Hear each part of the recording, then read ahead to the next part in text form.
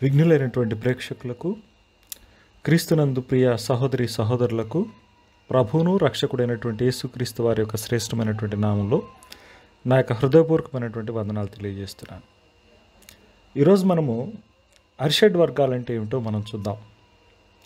చాలామంది సహోదరులు అరిషడ్ వర్గాలు అనగానే ఈ బైబిల్లో ఈ పదం ఎక్కడా కూడా కానరాదు కదా, అరిషడ్ వర్గాలు ఏంటి అని విసిరిపోతూ ఉంటారు.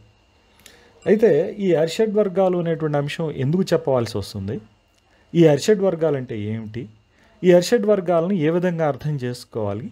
విమర్శకుల యొక్క నోరు ఏ విధంగా మూయించాలి అనేటువంటి పూర్వపరాలను ఈరోజు ఈ యొక్క పాఠ్యాంశం ద్వారా మీ ముందుంచేటువంటి ప్రయత్నం చేస్తాను. 2017 సంవత్సరంలో కొందరు మత ఛాందస్వాదులు బైబిల్ దేవుని నిజ స్వరూప స్వభావాలు, the real character of Bible God అనేటువంటి పేరుతో ఒక పుస్తకాన్ని విడుదల చేయటం జరిగింది. దీని గురించి ఈ మధ్యకాలంలో సోషల్ మాధ్యమాల్లో చాలా వాడివేడి చర్చలు జరిగినటువంటి సంగతి చాలామందికి విదితమే. అయితే క్రైస్తవ ప్రచారకులు దాచిపెడుతున్న బైబిల్ దేవుని నిజ స్వరూప స్వభావాలు అని ప్రచురించినటువంటి ఆ పుస్తకంలో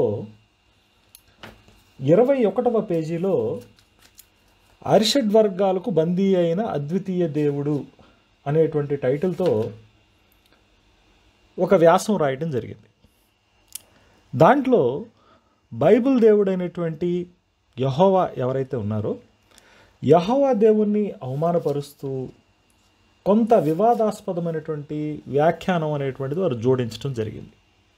ఉదాహరణకు, అంటే మానవ సహజమైనటువంటి బలహీనతలు అరిషడ్ వర్గాలలో కామం గురించి పక్కన పెడితే క్రోధం, లోభం, మోహం, మదం, మత్సరం అనే 5 బలహీనతలు యెహోవాలో ఉన్నాయి. పైగా అవన్నీ సాధారణ మానవునికి ఉండే స్థాయి కంటే చాలా ఎక్కువగా యెహోవాలోనే కనబడుతున్నాయి అని 24వ పేజీలో ఈ 3వ పారాగ్రాఫ్లో వీళ్ళు ఈ మాటలు రాయటం అనేటువంటిది జరిగింది. అయితే చాలామంది సహోదరులు మరి వీటికి తమదైనటువంటి రీతిలో స్పందించడం జరిగింది. అంతేకాకుండా నన్ను చాలామంది సహోదరులు మరి దీన్ని ఎలా అర్థం చేసుకోవాలి అనేటువంటి ఒక ప్రశ్నతో నా ముందుకు రావటం అనేటువంటి సంగతి కూడా జరిగింది. అయితే వీరికి జవాబులో భాగంగా అసలు ఈ అరిషడ్ వర్గాలు అంటే ఏమిటో మనం చూద్దాం ఈరోజు. అరి అంటే సంస్కృత మూలం ప్రకారము శత్రువు అని అర్థం. షట్ అంటే 6 అని అర్థం. వర్గం అంటే సమూహము అని అర్థం. దీన్ని స్థూలంగా మనం చెప్పాలంటే హిందూ ధార్మిక గ్రంథాల ప్రకారం మానవుడు మోక్షాన్ని సాధించాలంటే తనలోని ఈ 6 అంతర్గత శత్రువులను జయించాల్సి ఉంటుంది. అవేంటంటే కామం, క్రోధం, లోభం, మోహం, మదం, మాత్సర్యం. వీటిని ఇంగ్లీష్లో మనము pride, greed, lust, envy, gluttony, wrath and sloth అని అంటారు. సో అయితే మత ఛాందస్సులు ఏం చేస్తున్నారంటే ఈ అరిషడ్ వర్గాలైనటువంటి కామ, క్రోధ, లోభ, మోహ, మద, మాత్సర్యాలను బైబిల్ దేవునికి అన్వయిస్తూ ఉన్నారు. ఉదాహరణకు వారు రాసినటువంటి పుస్తకంలో ప్రధానంగా నిర్గమకాండము 34వ అధ్యాయము 13, 14 వచనాలను ఆసరాగా తీసుకొని వారు ఈ యొక్క అరిషడ్ వర్గాలను అక్కడ ఎత్తు చూపుతూ ఉన్నారు. అంటే వాటిలో అరిషడ్ వర్గాల్లో ఒక ముఖ్యమైనటువంటి గుణాన్ని అక్కడ ఎత్తి చూపుతున్నారు. వాక్యం ఏమని రాయబడిందో మనం చూద్దాం. చూడండి, నిర్గమకాండము 34వ అధ్యాయము 13, 14 వాక్య భాగాలు నేను చదువుతున్నాను, చూడండి. కాబట్టి మీరు వారి బలిపీఠములను పడగొట్టి వారి బొమ్మలను పగులగొట్టి వారి దేవతాస్తంభములను పడగొట్టవలెను. ఏలయనగా వేరొక దేవునికి నమస్కారము చేయవద్దు. ఆయన నామము రోషము గల యెహోవా, ఆయన రోషము కలిగినటువంటి దేవుడు. ఇక్కడ రోషము అనేటువంటి మాట ఇక్కడ ప్రయోగించడం అనేటువంటిది దేవునికి పక్కన మనం చూడవచ్చు. ఆయన రోషము గల దేవుడు అని అంటూ ఉన్నాడు. అయితే ఈ వచనాన్ని అంటే ఇదే వచనాన్ని ఆసరా చేసుకొని ఈ ఛాందస్సులు ఏం చేస్తూ ఉంటారంటే, గ్రంథములో అంటే మీ యొక్క పరిశుద్ధ గ్రంథములో మీ యెహోవా ఇతర దేవతా దేవీల యొక్క విగ్రహాలను పడగొట్టమన్నాడు, వారి విగ్రహాలను ధ్వంసం చేయమన్నాడు అనేటువంటి వాదనను తీసుకొస్తూ ఉంటారు. అయితే నేను మరో ఒక ప్రత్యేకమైనటువంటి వీడియోలో గ్రంథములో ఎందుకు విగ్రహారాధన చేయకూడదు, దేవుడు ఎందుకు ఆక్షేపించాడు, విగ్రహాలను ఎందుకు ధ్వంసం చేయమన్నాడు, అసలు దానికి సంబంధించినటువంటి వాస్తవ అవాస్తవాలు ఏమిటి అనేటువంటి విషయాన్ని నేను వివరిస్తాను. అయితే ప్రస్తుతానికి ఈ యొక్క అధ్యయనంలో భాగంగా మనం ఏం చేద్దాము అనంటే, ఈ అరిషడ్ వర్గాలకు మాత్రమే పరిమితమై ఈ అంశాన్ని మనం చూద్దామండి. తర్వాత ఆమోసు గ్రంథం 5వ అధ్యాయము 21వ వచనాన్ని కనుక మీరు గమనిస్తే, మీ పండుగ దినములను నేను అసహించుకొనుచున్నాను అని అంటున్నాడు. ఇర్మియా గ్రంథము 7వ అధ్యాయము 20వ వాక్య భాగాన్ని కనుక గమనిస్తే, అందువలన ప్రభువు యెహోవా ఇలాగూ సెలవిచ్చుచున్నాడు, ఈ స్థలము మీదను నరుల మీదను జంతువుల మీదను పొలముల చెట్ల మీదను భూమి పంట మీదను నా కోపమును నా ఉగ్రతను కుమ్మరించదను, ఆర్ప సఖ్యము కాకుండా అది మండును. ఇక్కడ రోషము, అసహ్యము, కోపము అనేటువంటి కొన్ని గుణలక్షణాలను మనం చూస్తూ ఉన్నాం. ఇక్కడ కోపము అని మాట్లాడుకున్నప్పుడు కూడా ఆ కోపం ఏ విధంగా ఉన్నది అని కనుక మనం గమనిస్తే ఆ వాక్య భాగంలోని ఏమని ఉన్నదంటే, ఆర్పసఖ్యము కాకుండా అది మండును అని అంటున్నాడు. అంత తీక్ష్ణమైనటువంటి కోపాన్ని ఆయన కలిగి ఉన్నాడు. కాబట్టి ఇక్కడ ఈ రోషము, అసహ్యము, కోపము అనేటువంటి లక్షణాలను మనం చూసాం. అదేవిధంగా నిర్గమాకాండము 32వ అధ్యాయము 14వ వాక్య భాగాన్ని గమనిస్తే, అంతటి యెహోవా తన ప్రజలకు చేసేదని చెప్పిన కీడును గూర్చి సంతాపపడెను అని వ్రాయబడి ఉంది. మొదటి సమూయేలు గ్రంథము 15వ అధ్యాయము 11 అదేవిధంగా 35వ వచనాన్ని కూడా మనం గమనిస్తే, సౌలు నన్ను అనుసరింపక వెనుక తీసి నా ఆజ్ఞలను గైకొనకపోయాను కనుక అతనిని రాజుగా నిర్ణయించినందుకు నేను పశ్చాత్తాపపడుచున్నాను. అందుకు సమూయేలు కోపావేశుడై రాత్రంతా యెహోవాకు మొరపెట్టుచుండెను. అదేవిధంగా 2వ సమూయేలు గ్రంథము 24వ అధ్యాయము 16వ వాక్య భాగం. అయితే దూత యెరూషలేము పైన హస్తము చాపి నాశనము చేయబోయినప్పుడు యెహోవా ఆ కీడును గూర్చి సంతాపముంది, అంతే చాలును, నీ చెయ్యి తీయమని జనులను నాశనము చేయు దూతకు ఆజ్ఞ ఇచ్చాను. యెహోవా దూత యెబూసీయుడైన అరోనా యొక్క కళ్ళము దగ్గర ఉండగా అని వ్రాయబడి ఉన్నది. ఇక్కడ మనం చాలా జాగ్రత్తగా గమనిస్తే, ఈ అరిషడ్ వర్గాలలోని భాగమైనటువంటి రోషం, అసహ్యం, కోపం, సంతాపం, పశ్చాత్తాపం ఇవన్నీ కూడా ఇక్కడ మరి దేవుడైన యెహోవా కలిగి ఉన్నట్లుగాను, దేవుడైనటువంటి యెహోవా ప్రదర్శించినట్లుగాను మనకు కనబడుతున్నాయి.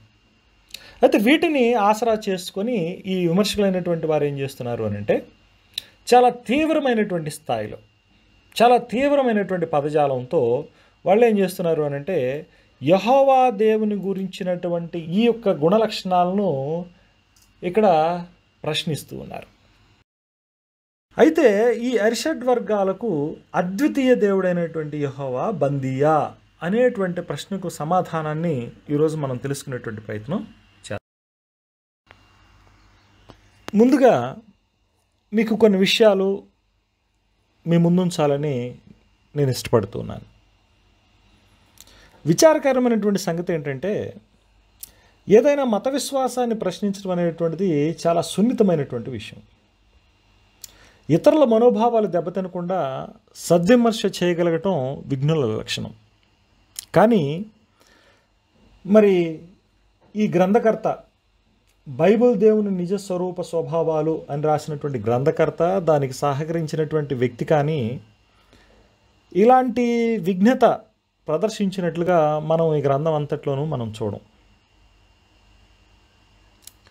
రెండవ ముఖ్యమైనటువంటి సంగతి, ఏదైనా అంశాన్ని సునిశ్చితంగా పరిశీలించి సంబంధిత అంశాలను నాటి భాష సాంప్రదాయాల వెలుగులో అర్థం చేసుకొని ఆరోగ్యకరమైనటువంటి చర్చకు దారితీయటం లేదా అదే స్ఫూర్తితో సవరణలను సూచనలను స్వీకరించగలగటం సత్యాన్వేషకుల లక్షణం అండి. ఈ లక్షణాన్ని ఎక్కడ కూడా ఈ రచయితలు కానీ కొంతమంది క్రైస్తవులు సైతం దీనికి మరి సమాధానం చెప్పేటువంటి పనిలో భాగంగా ఇలాంటి వ్యక్తిత్వాన్ని ప్రదర్శించినట్లుగా మనం చూడం. మూడవదిగా, క్రైస్తవ మత విశ్వాసాలపై దాడి చేయటం అనేటువంటిది కొత్త ఏమీ కాదు. క్రైస్తవము ఆరంభమైనటువంటి నాటి నుంచి నేటి ప్రపంచీకరణ దశ వరకు కూడా ఎందరెందరో విమర్శిస్తూనే ఉన్నారు. క్రైస్తవులపై దాడులకు తెగబడుతూనే ఉన్నారు. అయినా క్రైస్తవ వ్యాప్తిని ఎవరూ అడ్డుకొనలేకపోయారు. ఈ విషయాన్ని మనం గనక గమనిస్తే క్రైస్తవంలో ఉన్నటువంటి బలం, సత్తా ఏంటి అనేటువంటి విషయాన్ని మనం తెలుసుకోవచ్చు. నాలుగవదిగా, అరిషడ్ వర్గాలు బైబిల్ దేవునికి అన్వయించటం, బైబిల్ రాయబడినటువంటి భాష సాంప్రదాయాలు తెలిగిపోవటం వీరి అవగాహన రాహిత్యానికి నిదర్శనం అండి. అదేవిధంగా ఇతర సంగతులు కూడా, ఎందుకంటే ఆ గ్రంథంలోనే ఇంకా ఇతర అనేకమైనటువంటి అంశాలు మరి బైబిల్ దేవుణ్ణి కానివ్వండి, క్రైస్తవ విశ్వాసాలను కానివ్వండి తులనాడుతూ చేసినటువంటి అనేక వ్యాఖ్యానాలు ఉన్నాయి. ఈ వ్యాఖ్యానాలన్నిటికీ కూడా సమాధానం ఏమిటి అని అంటే, మరి బైబిల్ రాయబడినటువంటి భాష కానీ సాంప్రదాయం కానివ్వండి వారికి తెలియకపోవటం, ఇది ప్రధానమైనటువంటి అవగాహన రాహిత్యానికి నిదర్శనం అండి. కాబట్టి ఇదే సూత్రం అనేటువంటిది ఇతర సంగతులకు కూడా అన్వయించాల్సి ఉంటుంది. ఇదే మూలం. ఐదవదిగా, క్రైస్తవ్యంపై విషం చిమ్మే ఈ ఛాందస్సులు అరిషడ్ వర్గాలను జయించిన ఏదైనా హిందూ దేవదేవతల ఉదాహరణలు ఏవైనా చెప్పగలరా? ఇది నా సూటి ప్రశ్న వారికి. అరిషడ్ వర్గాలను జయించినటువంటి దేవదేవీలు వారి యొక్క మత గ్రంథాల్లో చూడటానికి కనీసం మచ్చుతనకగా కూడా కానరారు.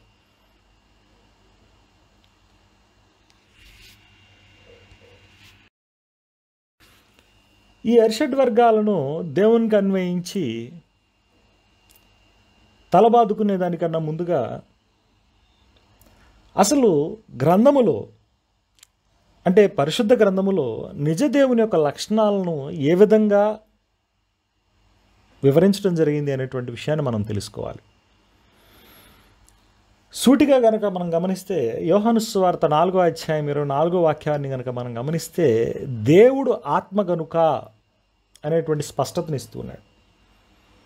అంటే క్రైస్తవులు ఈ పరిశుద్ధ గ్రంథములో దేవుడు బయలుపరుచుకున్నటువంటి విధానం ఏ విధంగా ఉంది అని అంటే దేవుడు ఆత్మ కనుక ఈ క్రైస్తవులు దేవుడు ఆత్మ అనేటువంటి దానికి కట్టుబడి ఉంటారు.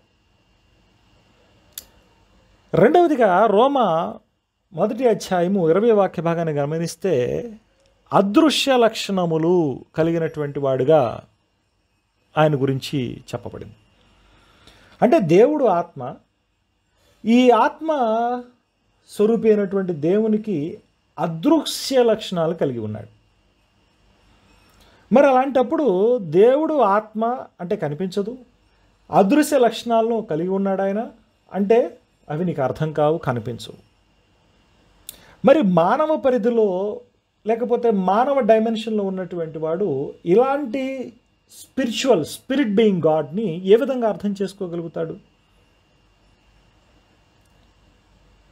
1 తిమోతి 6వ అధ్యాయం 16వ వాక్య భాగాన్ని కనుక గమనిస్తే సమీపింపరాని తేజస్సులో ఆయన మాత్రమే వసించుచు అమరత్వము గలవాడై ఉన్నాడు. మనుషులలో ఎవడనూ ఆయనను చూడలేదు, ఎవడనూ చూడనేరడు. ఆయనకు ఘనతయు శాశ్వతమైనటువంటి ప్రభావమును కలిగి ఉండెనుగాక, ఆమేన్ అంటున్నాడు. కాబట్టి మనుషుల్లో ఎవడనూ ఆయన చూడలేదు, ఎవడనూ కూడా చూడనేరడు. ఎందుకంటే ఆయన ఆత్మ ఆయనవి అదృశ్య లక్షణాలు. మరి అలాంటి దేవుణ్ణి అర్థం చేసుకోవాలి, అలాంటి దేవుణ్ణి మరి తన బిడ్డలకు చెప్పాలి అన్నప్పుడు మరి ఎలా? అంటే ఈ అదృశ్య లక్షణాలను దృశ్యరూపకంగా వారికి వివరించాలి అని అంటే మరి ఎలా? ఇది ఆలోచించాల్సినటువంటి విషయం. దీనికి మరి పరిశుద్ధ గ్రంథమందు ప్రవక్తలు నాటి భాషా పాండిత్యాన్ని అనుసరించి వారు అనుసరించినటువంటి విధానాన్నే నేను ఈరోజు మీకు పరిచయం చేయబోతున్నాను. కనుక దయచేసి వీటిని జాగ్రత్తగా గమనించగలరు. ఇట్టి భాషా శైలినే ఆంథ్రోపోపథిజం అని అంటారండి. ఇది గ్రీకు మాట. ఆంథ్రపోస్ అంటే మనిషి, మ్యాన్, మానవుడు అని అంటారు. పెథోస్ అంటే ఫీలింగ్స్ కానీ ఎఫెక్షన్స్ కానీ, అంటే మానవుని యొక్క ఎఫెక్షన్స్ అంటే భావ వ్యక్తీకరణలు అని మనం అర్థం చేసుకోవచ్చు. ఈ ఆంథ్రోపోపథిజం అంటే ఏంటంటే ascription of human passions, actions are attributes to God. అంటే మానవ భావోద్వేగాలను, క్రియలను లేదా గుణ లక్షణాలను దేవునికి ఆపాదించేటువంటి శైలిని శాస్త్రోక్తంగా ఏమంటారంటే ఆంథ్రోపోపథిజం అని అంటారు. ఈ ఆంథ్రోపోపథిజం ప్రకారం ఈ యొక్క శైలిలో బుద్ధ జీవులను, అబుద్ధ జీవులను, జీవరహితములను వినియోగించుకోవటం అనేటువంటిది పరిపాటి. బుద్ధ జీవులు అని అంటే హ్యూమన్ అండ్ రేషనల్ బీయింగ్స్, అంటే మానవ సంబంధాలను కానివ్వండి, మానవ అవయవాలను కానివ్వండి, మానవ భావాలను కానివ్వండి, మానవుల యొక్క క్రియలను కానివ్వండి, ఈ యొక్క బుద్ధ జీవ వర్గంలో వాడుకుంటారు.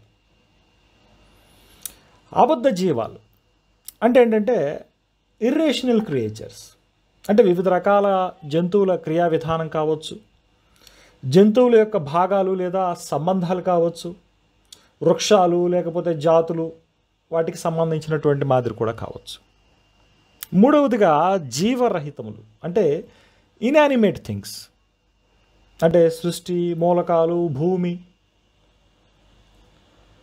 సో ఈ నిశ్చలమైనటువంటి సంగతులను కూడా ఈ యొక్క శైలిలో వినియోగించి దేవుని యొక్క గుణ లక్షణాలను, అంటే అదృశ్య దేవుని యొక్క లక్షణాలను, ఆత్మస్వరూపి అయినటువంటి దేవుని యొక్క లక్షణాలను మానవ మేధస్సుకి గోచరమయ్యేటువంటి రీతిలో వారు అర్థం చేసుకోవటానికి సులభతరంగా, వారు గ్రహింపుకు అనుకూలంగా వివరించడం అనేటువంటిది జరుగుతుంది.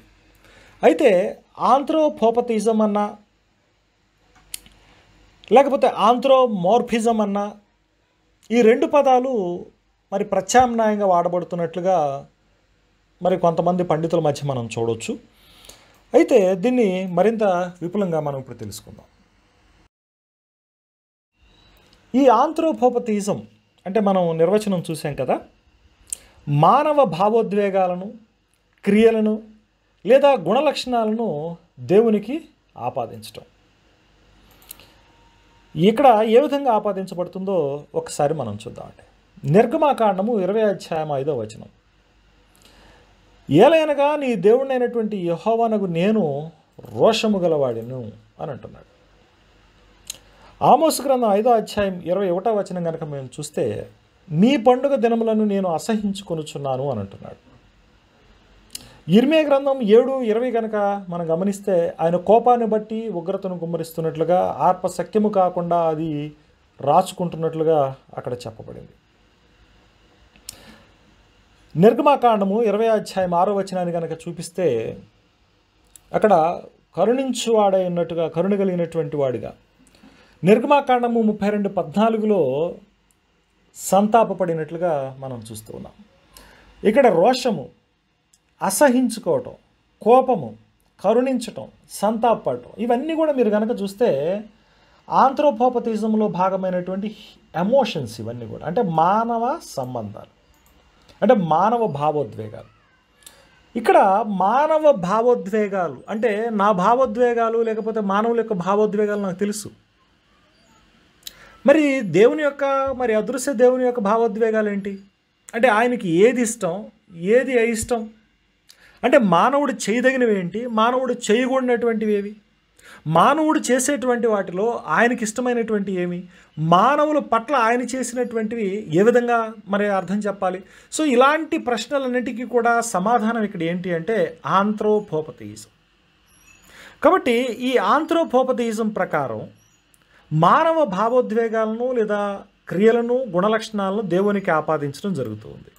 కాబట్టి దీన్ని స్థూలంగా కనుక మనం గమనిస్తే దేవుడైనటువంటి యెహోవా ఇక్కడ విగ్రహారాధనను అసహించుకుంటున్నట్లుగా, అక్కడ ఆయన తప్ప మరొక దేవుడు, మరొక సృష్టికర్త, ఆయన సృష్టికర్త కనుక ఆయన తప్ప వేరొక దేవుడు లేడు అనేటువంటి విషయంలో అక్కడ మానవ సంబంధమైనటువంటి రోషము, జలసి అనేటువంటి దాన్ని అక్కడ ప్రయోగిస్తున్నాడు. ఉదాహరణకు నేను వివరిస్తాను.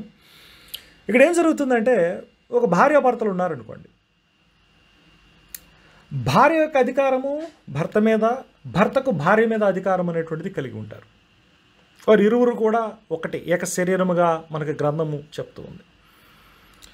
ఇప్పుడు అలాంటి భార్య లేదా అలాంటి భర్త విశ్వాసఘాతకానికి కనుక పాల్పడితే, అంటే ఈ భర్త వేరొక స్త్రీని చేరుకున్నా లేకపోతే ఈ భార్య వేరొక పురుషుడిని కూడినా అక్కడ ఏమవుతుంది? భర్త యొక్క స్వభావము లేకపోతే అక్కడ భార్య యొక్క మనస్సు అనేటువంటిది ఏ విధంగా ఉంటుంది? ఇది మనం కనుక అర్థం చేసుకోగలిగితే నువ్వు నిజదేవుని విడిచిపెట్టి అన్య దేవతా దేవీలను ఆచరించటం లేదా సృష్టాన్ని నువ్వు పూజించడం ద్వారా సృష్టికర్త పడేటువంటి వేదనను అర్థం చెప్పడం కోసం ఇక్కడ మానవ భావోద్వేగాలతో ఇక్కడ దేవుని యొక్క బాధను, వేదనను ఇక్కడ వివరించడం అనేటువంటిది జరిగింది. అదేవిధంగా కోపం, అదేవిధంగా అసహ్యం, ఇదే విధంగా ఆయన సంతాపపడటం అనేటువంటి విషయాల్ని మనం గమనించాలి. ఇప్పుడు ఆంథ్రోపోమార్ఫిజం అంటే ఏంటో కూడా మనం చూద్దాం. ఆంథ్రోపోమార్ఫిజం ఇది కూడా గ్రీక్ పదమేనండి. ఇలాంటి శైలుల్ని శాస్త్రోక్తంగా మనం అధ్యయనం చేసేటప్పుడు వీటికి ఇవ్వబడ్డటువంటి పేరు ఇవి. సో ఈ పేరుతో ఈ యొక్క శైలిని మనం గుర్తించవచ్చు. ఆంథ్రోపోస్ అంటే గ్రీక్ ప్రకారం హ్యూమన్ బీయింగ్, అంటే మానవుడండి లేదా మనిషి అని చెప్పుకోవచ్చు. మార్ఫీ అంటే ఏంటంటే షేప్, ఫిగర్, నేచర్, ఫామ్ అని నిర్వచనం. అంటే రూపం కానీ, ఆకారం కానీ, స్వభావం కానీ మనం చూడవచ్చు. అంటే ఆంథ్రోపోమార్ఫిజం అంటే ఏంటంటే మానవ రూపురేఖలు లేదా గుణలక్షణాలను దేవునికి ఆపాదించడం. దీనికి కూడా మనం కొన్ని ఉదాహరణలు చూద్దాం. ఎందుకంటే ఇప్పుడు మేధావులుగా పిలుచుకుంటూ క్రైస్తవ్యాన్ని విమర్శిస్తున్నటువంటి వాళ్ళు మూలాలు తెలియకుండా ఏ విధంగా బైబిల్కి వక్ర భాషను చెప్తూ ఉన్నారో, బైబిల్ని ఏలెత్తి చూపుతూ ఉన్నారో, మన విశ్వాసాన్ని పరిశీలిస్తున్నారో మనం చూసాం. వీరిలాంటి వారు ఇక ముందు తారసపడుతూనే ఉంటారు. ఇలాంటి వారు వివిధ రకాలైనటువంటి తలెత్తుతూ ప్రశ్నలను మన ముందుంచేటువంటి ప్రయత్నం చేస్తారు. ఇలాంటి తరుణంలో మనం ఒక అడుగు ముందుకు వేసి ఈ వర్గంలో ఉన్నటువంటి ఇతర మాదిరులను కూడా మనం చూసేటువంటి ప్రయత్నం చేద్దాం. ఇది మీకు ఉపయుక్తంగా ఉంటుందనేటువంటి భావంతో ఇక్కడ ఈ సబ్జెక్ట్ని నేను కొంత ఎక్స్పాన్షన్ చేస్తున్నాను. కాబట్టి దీనిలో భాగంగా ఇప్పుడు ఆంథ్రోపోమార్ఫిజం మనం చూసాం. ఈ ఆంథ్రోపోమార్ఫిజం అంటే మానవ రూపురేఖలు, గుణలక్షణాలను ఆపాదించడం అని చూసాం. దానికన్నా ముందుగా మనం ఆంథ్రోపోపతియిజం అనేటువంటి దాన్ని కూడా మనం చూసాం. ఇప్పుడు దీనికి సంబంధించినటువంటి కొన్ని ఉదాహరణలు మనం చూద్దాం. మనం చెప్పుకున్నట్టుగా ఆంథ్రోపోమార్ఫిజం అంటే మానవ రూపురేఖలు లేకపోతే గుణలక్షణాలను ఆపాదించడం అని తెలుసుకున్నాం కదా. కీర్తనల గ్రంథము 31వ అధ్యాయం 2వ వచనాన్ని కనుక మనం గమనిస్తే, నాకు నీ చెవి యొగ్గి నన్ను త్వరగా విడిపించుము, నన్ను రక్షించుటకు నాకు ఆశ్రయ శైలముగాను ప్రాకారము గల ఇల్లుగాను ఉండుము అని అంటున్నాడండి కీర్తనకారుడు. చాలా జాగ్రత్తగా మీరు గమనిస్తే నాకు నీ చెవి యొగ్గి అని అంటున్నాడు. అంటే దేవునికి మొరపెడుతూ దేవునికి ఏమంటున్నాడండి? చెవి యొగ్గి అని అంటున్నాడు. అంటే ఆయనకున్నటువంటి ఇబ్బందిని బట్టి ఆయన దేవుడు త్వరితగతిన స్పందించాలి అనేటువంటిది అతని యొక్క ఉద్దేశం కావచ్చు. అక్కడ ఏం చేస్తున్నాడు అని అంటే, మరి దేవుడు మనం ఆల్రెడీ ముందుగానే మనం చూసాం, దేవుడు ఆత్మస్వరూపి, ఆయన అదృశ్య లక్షణాలు. సో అలాంటి దేవుడు చెవి కలిగినటువంటి వాడిగా ఇక్కడ గ్రంథకర్త వివరిస్తూ ఉన్నాడు. అంతేకాకుండా అక్కడ ఇనానిమేటెడ్ థింగ్స్తో కూడా అక్కడ కంపేర్ చేసినట్లుగా మనం చూస్తాం. అంటే నాకు ఆశ్రయ శైలముగాను ప్రాకారము గల ఇల్లుగాను ఉండుము అని అంటున్నాడు. అంటే ఇల్లుగాను ఆశ్రయ శైలముగాను ఉండుము అని అంటున్నాడు. కాబట్టి ఇవన్నీ కూడా ఆంథ్రపోమార్ఫిజంలో కానివ్వండి, ఆంథ్రపోపాథిజంలో కానివ్వండి, ఈ మాదిరి అవలంబించడం, ఈ మాదిరిని గుర్తించడం అనేటువంటిది ఇక్కడ మనం తెలుసుకోవాలి. ఇట్లాంటి ఉదాహరణలు మనం ఆదికాండం నుండే మనం చూడవచ్చు. ఆదికాండం 1:1 కనుక మనం చూస్తే సృజించనని, 1వ అధ్యాయం 2వ వచనంలో అల్లాడుచుండెనని, 1వ అధ్యాయం 3వ వచనంలో పలుకగా అని, 1వ అధ్యాయం 4వ వచనంలో చూచినని, 4వ వచనంలో వేరుపరిచనని, 18వ వచనంలో ఉంచనని, 22వ వచనంలో ఆశీర్వదించనని, 2వ అధ్యాయం 8వ వచనంలో తోట వేశాడని, 3వ అధ్యాయం 8వ వచనంలో సంచరించుచున్నా అని, 7వ అధ్యాయం 16వ వచనంలో మూసివేశానని, 8వ అధ్యాయము 21వ వాక్య భాగంలో నాఘ్రాణించి అని, 11వ అధ్యాయం 5వ వచనంలో చూడ దిగి వచ్చనని, 21వ అధ్యాయం 17వ వచనం కనుక చూస్తే వినెనని అక్కడ రాయబడింది. అంటే ఈ అదృశ్య దేవుని యొక్క క్రియలను ఆయన మానవులకు, అంటే మానవ లక్షణాలతో, అంటే ఏంటి, మానవ రూపురేఖలతో అక్కడ మనకి వివరించడం జరుగుతుంది. కాబట్టి దేవుణ్ణి మానవులకు దగ్గర చేసేటువంటి దానిలో భాగంగా మానవ మేధస్సుకు అనుగుణంగా ఉన్నతమైనటువంటి దేవుణ్ణి వారికి దగ్గరికి తీసుకొచ్చేటువంటి భాషగా ఈ శైలిని ఇక్కడ అర్థం చేసుకోవాల్సి ఉంటుంది. కాబట్టి 8వ అధ్యాయం 21వ వచనం చూసినప్పుడు ఆదికాండంలో నాఘ్రాణించి అని అంటున్నాడు. అంటే ఎప్పుడైతే నోవాహు మరి దేవునికి బయటికి రాగానే దహన బలులు అర్పించాడో ఆ వాసనని ఆఘ్రాణించి అని అన్నాడు. అంటే ఏంటంటే మనం హ్యూమన్స్ బీయింగ్ ఏ విధంగా స్మెల్, వాసన చూస్తామో, ఏ విధంగా వాసనకు స్పందిస్తామో, ఆ విధంగా దేవుని యొక్క స్పందనను, దేవుని యొక్క రెస్పాన్స్ని అక్కడ గ్రంథకర్త మరి ఈ విధమైనటువంటి ఆంథ్రోపోమార్ఫిజం శైలి ద్వారా అక్కడ మరి మాట్లాడటం అనేది జరుగుతూ ఉంది. దీన్ని మరింత బాగా అర్థం చేసుకోవడానికి ఆంథ్రోపోమార్ఫిజం గురించి మరి కొన్ని ఉదాహరణలు మనం చూద్దాం. ద్వితోపదేశకాండము 1వ అధ్యాయము 31వ వాక్య భాగం. ఐగుప్తులోను అరణ్యములోను మీ కొరకు చేసినట్లు మీ పక్షముగా యుద్ధము చేయును. మీరు ఈ చోటికి చేరు వరకు మీరు వచ్చిన మార్గమంతటిలోను మనుష్యుడు తన కుమారుని ఎత్తుకొనినట్లు మీ దేవుడైన యెహోవా మిమ్మల్ని ఎత్తుకొని వచ్చిన సంగతి మీరు ఎరుగుదరని మీతో చెప్పి తిని. చూడండి ఎంత చక్కని మాట మోషే మాట్లాడుతున్నాడు.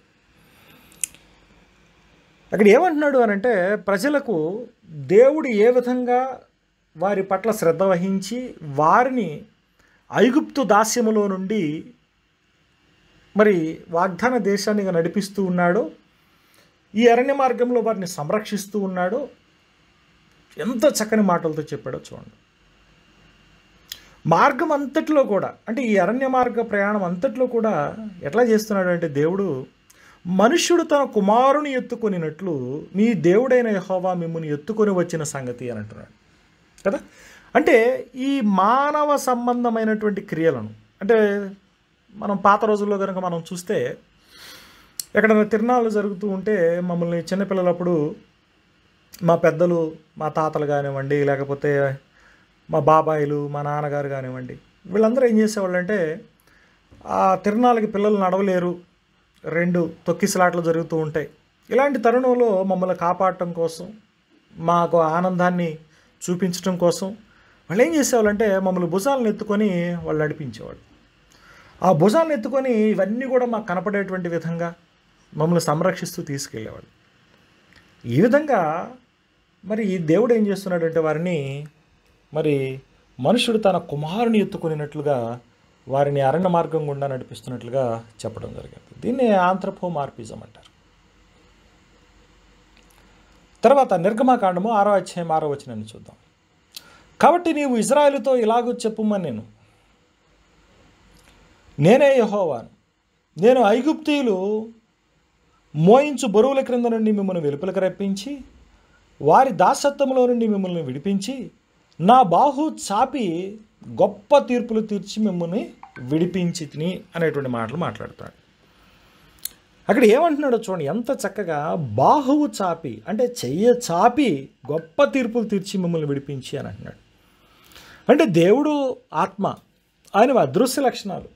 మరి అలాంటి దేవుడు ఏం చేశాడు, ఏ విధంగా నడిపించాడు అని అంటే, ఏ విధంగా మరి ఒక వ్యక్తి తన బాహువును చాపి అంటే పని చేస్తాడో ఆ విధంగా మరి దేవుడు తన హస్తాన్ని చాచి అక్కడ ఐగుప్తులో గొప్ప అద్భుతాలని చేసి గొప్ప సూచక్రియల నడుమ వారిలో విశ్వాసాన్ని కలిగించి ఆయన వారిని అక్కడి నుంచి నడిపిస్తూ ఉంది.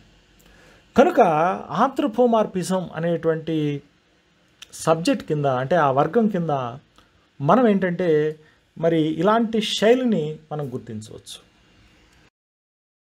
తర్వాత మూడవదిగా జూమోర్ఫిజం అంటారండి. ఈ జూమోర్ఫిజం అంటే ఏంటంటే, జూన్ అంటే యానిమల్, జంతువు అని, మార్ఫీ అంటే షేప్ కానీ ఫామ్ గ్రీక్లో. అంటే ఏంటి జూమార్ఫిజం అంటే ఏంటి అని అంటే, comparison of god or other entities to the lower animals. అంటే దేవుని యొక్క క్రియలను అధమ స్థాయి జంతువుల స్వభావ వ్యవహారిక శైలిలో మానవులకు తెలియజెప్పడం. చాలా జాగ్రత్తగా గమనించండి. ఈ శైలిని కూడా మరి బైబిల్లో మరి రచయితలు, గ్రంథకర్తలు పరిశుద్ధాత్మ ప్రేరణ ద్వారా మానవులకు దేవుని యొక్క స్వభావాన్ని అర్థం చెప్పడం కోసం మరి వాడటం జరిగింది. అదేంటో చూద్దాం. నిర్గమకాండము 19వ అధ్యాయము 4వ వచనం. నేను ఐగుప్తులకు ఏమి చేసితునో మిమ్మును గెద్దరెక్కల మీద మోసి నా యొద్దకు మిమ్మల్ని నెట్లు చేర్చుకుంటేనో మీరు చూచితిరి అని అంటున్నాడు. దీన్నే జూమార్ఫిజం అంటారు. అంటే ఏంటి, ఇక్కడ గెద్ద రెక్కల మీద మోసి అని అంటున్నాడు. ఏ విధంగా గద్ద తన రెక్కల మీద మరి తన బిడ్డలను సంరక్షిస్తుందో ఆ విధంగా మరి ఆ అలంకారాన్ని అక్కడ వాడటం జరిగింది. కీర్తన గ్రంథము 63వ అధ్యాయము 7వ వాక్య భాగాన్ని కనుక గమనిస్తే, నీవు నాకు సహాయకుడివై ఉంటివి, నీ రెక్కల చాటున శరణుజొచ్చి ఉత్సాహధ్వని చేసేదను అని కీర్తనకారుడు ప్రస్తుతిస్తున్నాడు. అంటే దేవుడైనటువంటి యెహోవాకి ఇక్కడ రెక్కలు ఉన్నట్లుగా, మరి ఆయన రెక్కలు ఉండటానికి ఆయన ఏమైనా పక్ష కాదు. గుర్తుంచుకోవాలి సుమి, దేవుడు ఆత్మ, ఆయనవి అదృశ్య లక్షణాలు. కానీ ఆ అదృశ్య దేవుని యొక్క స్వరూపమైనటువంటి మానవులకు ఆయన యొక్క ప్రేమ వాత్సల్యాలను తెలియజెప్పడం కోసం నీకు దృశ్యకమైనటువంటి, నీకు సుపరిచితమైనటువంటి, నిన్ను ముట్టేటువంటి, నిన్ను టచ్ చేసేటువంటి కొన్ని ఘటనల ద్వారా అది ఎక్స్ప్లెయిన్ చేయటం అనేటువంటిది జరుగుతుంది. మనం కోడిని చూస్తాం. మనం కోడి పిల్లల్ని వేసుకొని తిరుగుతూ ఉంటుంది. ఒకానొక సమయంలో గెద్ద వచ్చినప్పుడు, లేదా ప్రమాదం పొంచి ఉన్నప్పుడు, లేదా అవి సేద తీరుతున్నప్పుడు మనం ఒక చక్కని దృశ్యాన్ని చూస్తాం. కోడి పిల్లలన్నీ కూడా ఏంటంటే రెక్కల వదిలోనికి దాక్కుంటాయి. తల్లి రెక్కలను చాచి ఆ కోడి పిల్లలన్నిటినీ కూడా తన రెక్కల మధ్యలోకి తీసుకొని చక్కగా వాటికి వేడిదనాన్ని ఇస్తూ ఉంటాయి, వాటిని దగ్గరికి చేర్చుకుంటాయి. ఆ విధంగా నీవు నాకు సహాయకుడివై ఉంటివి, నీ రెక్కల చాటున శరణుజొచ్చి ఉత్సాహధ్వని చేసేదను అని కీర్తనాకారుడు దేవుని ప్రస్తుతిస్తూ ఉన్నాడు. అదేవిధంగా హోషేయ గ్రంథము 5:14 వచనాన్ని గమనిస్తే, ఏలనగా ఎఫ్రాయిమీలకు సింహము వంటి వాడగాను యూదా వారికి కొదమ సింహము వంటి వాడగాను నేనుందును. నేనే వారిని పట్టుకొని చీల్చేదను, నేనే వారిని కొనిపోవుదును, విడిపించువాడొక్కడును లేకపోవును అని అంటున్నాడు. అంటే ఇక్కడ యూదావారు కానీ ఎఫ్రాయిమీలు కానీ మరి వారు చేస్తున్నటువంటి పాపాలను బట్టి, దేవునికి విరోధంగా చేస్తున్నటువంటి తప్పిదాలను బట్టి అక్కడ దేవుడు వారి పట్ల విసికి తన నిబంధనలో భాగంగా వారిని శిక్షించబోతూ ఉన్నాడు. ఇప్పటి వరకు మరి గద్ద రెక్కల మీద మోసుకొచ్చి, లేదంటే పిల్లవాడు తండ్రి భుజాస్కంధాల మీద ఏ విధంగా మరి మోయబడుతున్నాడు, ఆ విధంగా దేవుని యొక్క నీడలో బ్రతికినటువంటి వీళ్ళు ఒక్కసారిగా ఇప్పుడు దేవుడు ఏం చేస్తున్నాడంటే తన యొక్క నీడను తీసివేస్తూ ఉన్నాడు, తన యొక్క ప్రొటెక్షన్ తీసేస్తూ ఉన్నాడు. ఇక దేవుని యొక్క ప్రొటెక్షన్ పోతే, అంటే ఆ రక్షణ కనుక లేకపోతే ఇప్పుడు ఏమవుతుంది, ఎలాంటి పరిణామాలు చూడబోతున్నారు అనేటువంటి దానికి ఈ మాట నిదర్శనం అన్నమాట. ఇక ఎప్పుడైతే వారు నిబంధనని వయోలేట్ చేశారో, అంటే నిబంధనని మీరారో, ఇక ఆయన వారి పట్ల మరి సింహము వంటి ఉగ్రతను, కొదమ సింహము వంటి ఉగ్రతను చూపిస్తూ ఉన్నాడు. ఏ విధంగా సింహము తన యొక్క ఆహారాన్ని కబళించి చీల్చివేస్తుందో ఆ విధంగా వారిని ఆయన దండించబోతూ ఉన్నాడు, దండనకు అప్పగించబోతూ ఉన్నాడు. ఇలాంటి ఉగ్రత నుండి తప్పించుకోవటం అనేటువంటిది కష్టం అనేటువంటి విషయాన్ని అక్కడ చెప్తూ ఉన్నాడు. వీటి శైలిని ఏమంటాము అని అంటే జూమార్ఫిజం అని అంటాం. జూమార్ఫిజానికి సంబంధించి మరో 2 ఉదాహరణలు కూడా చూద్దాం. హోషేయ గ్రంథము 13:7 కాబట్టి నేను వారికి సింహము వంటి వాడనైతిని, చిరుతపులి మార్గమును పొంచి ఉన్నట్లు నేను వారిని పట్టుకొన పొంచి ఉందును. పిల్లలు పోయిన ఎలుగు వంటి ఒకని మీద పడినట్లు నేను వారి మీద పడి వారి రొమ్మును చీల్చివేయుదును. ఆడు సింహము ఒకరిని మింగివేయినట్లు వారిని మింగివేతును, దృష్టముగులు వారిని చీల్చివేయును. ఇశ్రాయేలు, నీ సహాయకర్తనగు నాకు నీవు విరోధివై నిన్ను నీవే నిర్మూలన చేసుకొనుచున్నావు. చూడండి, ఇక్కడ ఎన్ని రకాలైనటువంటి అలంకారాలను తీసుకోవటం జరిగిందో. ఉదాహరణగా సింహము వంటి వాడని, చిరతపులి మార్గమును పొంచి ఉన్నట్లు ఆయన వారిని పొంచి పట్టుకొనబోచు ఉన్నాడు. పిల్లలు పోయినటువంటి ఎలుగుబంటు మార్గములో సంచరిస్తూ ఎదురుపడినటువంటి వాని మీద పడి ఏ విధంగా చీల్చివేస్తుందో ఆ విధంగా చీల్చివేయుదును. ఆడసింహము ఒకని మింగివేయినట్లు నేను మింగివేతును అని ఎన్ని రకాలుగా జంతువుల యొక్క మాదిరిని, స్వభావాన్ని, వాటి యొక్క ఆవేశాన్ని ఇక్కడ ఉదాహరణగా తీసుకొని చెప్పడం జరిగిందో చూడవచ్చు. ప్రకటన గ్రంథము 5:5 చూస్తే, ఆ పెద్దల్లో ఒకడు ఏడవకము, ఇదిగో దావీదుకు చిగురైన యోధా గోత్రపు సింహము 7 ముద్రలను తీసి ఆ గ్రంథమును విప్పుటకై జయము పొందినని నాతో చెప్పాను. ఇక్కడ యేసు ప్రభు వారిని యోధా గోత్రపు సింహముగా వర్ణించడం జరిగింది. కాబట్టి సింహం అనేటువంటిది ఏ విధంగా మరి అడవికి రారాజుగా మనం చూస్తామో ఆ విధంగా ఇజ్రాయిల్లో యూదా గోత్రానికి ఆయన సింహముగా వర్ణించడం జరిగింది. కాబట్టి దీన్నే జూమార్ఫిజం అంటారు. 4వదిగా పర్సోనిఫికేషన్ అంటే ఏంటో కూడా మనం చూద్దాం. పర్సోనిఫికేషన్ అంటే వ్యక్తీకరించడం, అంటే నిర్జీవాలకు మానవ లక్షణాలను లేదా వ్యక్తిత్వాన్ని ఆపాదించడం. ఉదాహరణకు యోవేలు గ్రంథము 1:10 వాక్య భాగాన్ని మనం చూస్తే, పొలము పాడైపోయాను, భూమి అంగలార్చుచున్నది, ధాన్యము నశించెను, క్రొత్త ద్రాక్షారసము లేకపోయాను, తైల వృక్షములు వాడిపోయాను అని అంటున్నాడు. ఇక్కడ భూమి అంగలార్చుచున్నది అని అంటున్నాడు. అంటే భూమి విలపిస్తుందంట. భూమి ఎలా విలపిస్తుంది?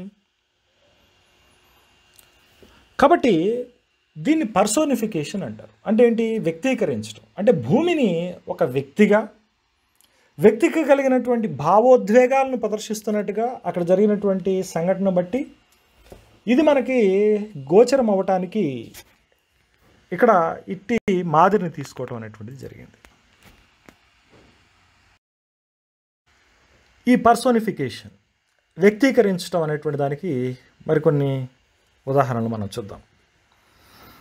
ఆయన సన్నిధిని నదులు చప్పట్లు కొట్టునుగాక, కొండలు కూడి ఉత్సాహధ్వని చేయునుగాక అని కీర్తనల గ్రంథము 98వ అధ్యాయం 8వ వచనంలో రాయబడింది.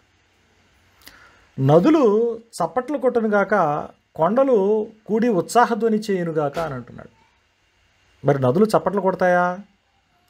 కొండలు ఉత్సాహధ్వని చేస్తాయా?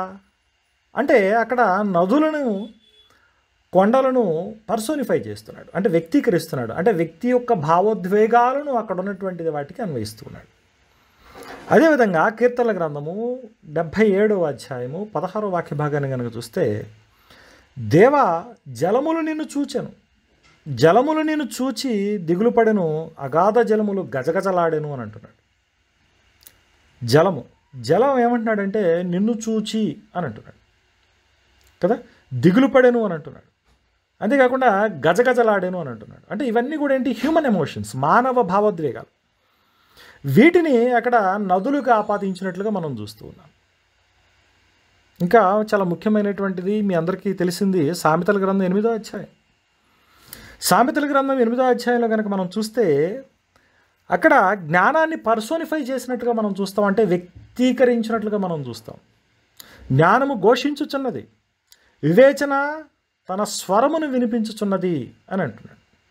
కాబట్టి జ్ఞానాన్ని అక్కడ ఒక స్త్రీగా పోల్చినటువంటి వైనాన్ని కూడా మనం చూడవచ్చు. కాబట్టి అది పర్సోనిఫై చేయటం, వ్యక్తీకరించడం అని అంటారు. కాబట్టి ప్రియ సహోదరి సహోదరులారా, గుర్తుంచుకోండి, మానవ భావోద్వేగాలను, క్రియలను లేదా గుణలక్షణాలను దేవునికి ఆపాదించడం అనేటువంటి దాన్ని ఆంథ్రోపోపథియిజం అంటారు.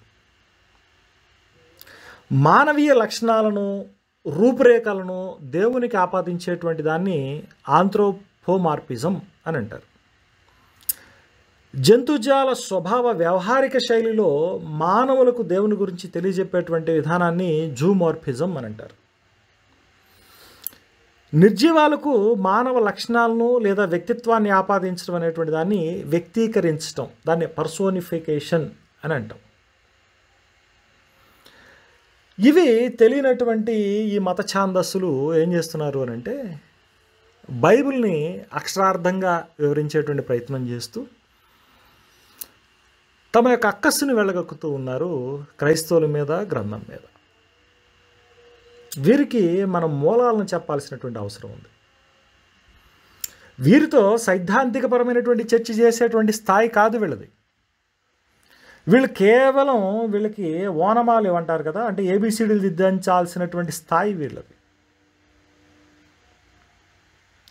వీరు చేస్తున్నటువంటి రచనలను, వీళ్ళు చేసేటువంటి వాదనలను చాలామంది ఉన్మాదపూర్వకంగా విశ్వాసులను ప్రశ్నిస్తూ వారిపై దాడికి తెగబడుతున్నారు. కనుక ఇటువారి యొక్క నోరు మూయించాలి అని అంటే వీరిని ఇట్లాంటి సిస్టమాటికల్ అప్రోచ్ ద్వారా, కాబట్టి మన క్రైస్తవులు సైతం ఒక సిస్టమాటికల్ అప్రోచ్ ద్వారా, విధానం ద్వారా వీటి యొక్క స్వభావాలను మనం తెలుసుకొని, విధానాలను మనం తెలుసుకొని వీరికి తెలియజెప్పాల్సినటువంటి అవసరం ఎంతైనా ఉంటుంది. ఈ యొక్క మత ఛాందస్సుల అజ్ఞానం అనేటువంటిది ఈరోజు బట్టబయలైంది మన మధ్య. వీరికి బైబిల్పై కనీస అవగాహన లేదు. కనీసం అనంటే కనీసం మూలాలు కూడా తెలియదు. కనీసం కొన్ని బయట సంగతులు కనుక మనం చూస్తే అర్థమవుతూ ఉంటుంది. నేను ప్రత్యేకంగా విన్నాను, కొన్ని అకాడమిక్ సర్కిల్స్లో, అంటే కొంత విద్యావంతులైనటువంటి వారి మధ్య జరిగేటువంటి సంభాషణ నేను చెప్తూ ఉన్నాను. ఇంగ్లీష్ నేర్చుకోవాలనేటువంటి ఆతృతను, భాష పట్ల పటుత్వం కావాలి అని తాపత్రయపడేటువంటి సందర్భంలో వాళ్ళు ఏం చెప్తారంటే బైబిల్ చదువు అని చెప్తారు.